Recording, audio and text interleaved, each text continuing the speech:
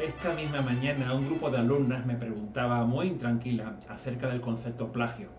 Los alumnos del Instituto Padre Luis Coloma de Jerez de la Frontera ya sabéis que nos ha llegado un software que detecta el plagio entre los trabajos del alumnado y estamos muy dispuestos a perseguir esa práctica.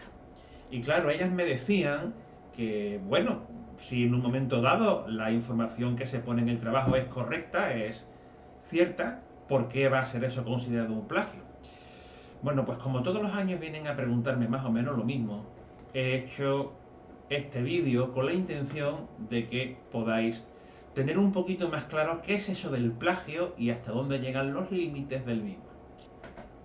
Todo ello con permiso de mi gatita que anda por aquí y que no sé si me dejará terminar este vídeo en condiciones. ¿Qué, Candy? ¿Qué quieres? Bueno, el plagio ya sabéis que consiste en apropiarse, en presentar como propia una aportación de otra persona. Puede tratarse de la copia de un texto o de la presentación de unas determinadas conclusiones, de unas determinadas argumentaciones o incluso de novedades, de descubrimientos que son de otras personas y que tú presentas como propio sin reconocer la autoría, la procedencia de esas informaciones, aportaciones, descubrimientos, etc. Existen muchas modalidades de plagio. La más habitual es lo que llamamos cotidianamente el corta y pega. Te encargan un trabajo sobre tal tema, vas a internet, copias y pegas, tal cual. Alguien dirá, bueno, si esa información es correcta, ¿por qué va a considerarse algo negativo ponerlo en el trabajo? Pues sencillamente porque no estás realizando ninguna actividad intelectual. Copiar y pegar implica que tú no has procesado esa información ni la has utilizado para argumentar algo, sino que simplemente la estás reciclando e incorporando en tu propio trabajo sin mediar ningún tipo de elaboración. ¿Significa esto que no debamos utilizar textos de procedencia diversa? No, todo lo contrario. Claro que hay que utilizar textos, claro que hay que utilizar fuentes, fuentes encontradas en internet, en bibliotecas o en otros medios. Por supuesto que las fuentes hay que utilizarlas y de hecho cuantas más fuentes mejor. Pero utilizarlas no significa copiarlas tal cual, significa, lo que decía antes, elaborarlas. De tal manera que si tú tienes que incorporar textos de diferente procedencia en el tuyo propio, lo que tienes que hacer es citar. De esta manera puedes hacer una cita directa, colocando el texto entre comillas, si es un texto breve, o bien colocándolo en un párrafo aparte con una sangría, si es un texto más largo. Y luego, a pie de página o al final del trabajo, con una nota, indicas de dónde has tomado ese texto. Otra opción es hacer una cita indirecta, es decir, coger el contenido original y parafrasearlo. Según tal autor, bla bla bla bla bla. Cambias las palabras, pero dices lo mismo.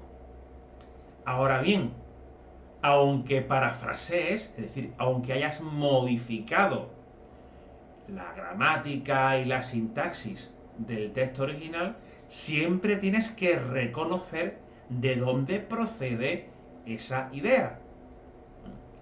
De nuevo, nota a pie de página o al final del texto diciendo esto viene de tal sitio, de tal libro, de tal artículo, de tal periódico, etc. Así que fuentes sí, hay que usarlas, pero cuando las utilices tienes que decir de dónde vienen y en el texto tiene que quedar muy claro cuál es su origen.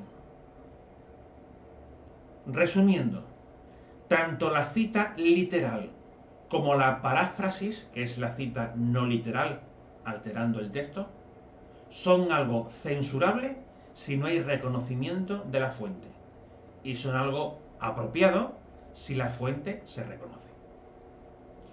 Ahora bien, hay otro tipo de plagio más sutil y yo diría que más peligroso, que consiste en presentar como propias ideas ajenas.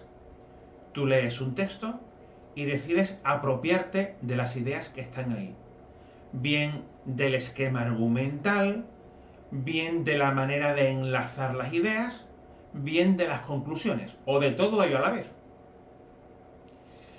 En este caso, no copias directamente el texto e incluso no parafraseas. Puede ocurrir que las palabras sean distintas por completo, que las oraciones sean por completo diferentes y sin embargo estés plagiando. ¿Por qué? Porque estés presentando como propio algo ajeno. Esto es mucho más sutil, es más difícil de detectar, pero es, yo diría que más grave, porque aquí no estamos ante un alumno torpe que no sabe hacer las cosas y se limita a recoger de aquí y de allá, quizá cambiándole alguna palabra por otra. Aquí estamos ante algo grave, una persona que voluntariamente, con plena conciencia, quiere presentar como propia una elaboración que es ajena.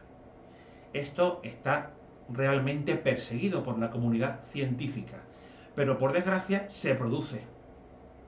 Se produce porque ¿quién controla qué escribe qué en determinado lugar del mundo? Imaginaos, me lo voy a inventar, que yo estoy escribiendo sobre, pues qué sé yo, la reproducción del caracol.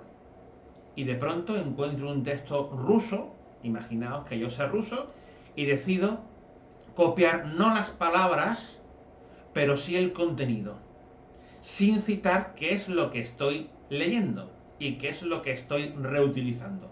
Ahí estoy incurriendo en un plagio muy grave. Claro, ¿quién va a manejar en Jerez de la Frontera un texto en ruso? Seguramente nadie. Yo creo que si publico ahora mismo un artículo plagiado de Rusia, nadie se entera. Pero claro, estaría incurriendo en algo vergonzoso para cualquiera que presuma de profesionalidad y de rigor científico. Y eso es algo que también tenemos que perseguir los profesores. Tenemos que detectar si alguien ha utilizado fuentes no citadas. Así que, repito, hay que leer mucho, hay que citar todo lo que haga falta. Hombre, no citar por citar, pero lo suficiente para que queden bien argumentadas tus reflexiones. Y por supuesto, a partir de todo eso que tú vayas citando, tienes que ir reflexionando, tienes que ir argumentando, tienes que ir, si es necesario, mostrando acuerdos y desacuerdos, para luego llegar a tus propias conclusiones, en lo que es un trabajo medianamente serio. El trabajo medianamente serio tiene que ser personal, no vale con justaponer ideas de otros.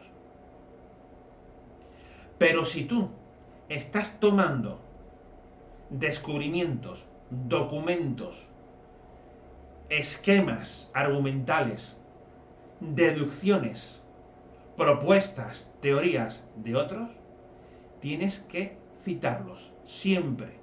De esa manera te estarás comportando con honestidad científica. Si por el contrario quieres presumir de haber hecho un trabajo intelectual copiando a otras personas sin reconocer esa autoría, estás incurriendo en uno de los delitos más graves que se puede imputar a cualquier persona que presume de actuar con metodología científica.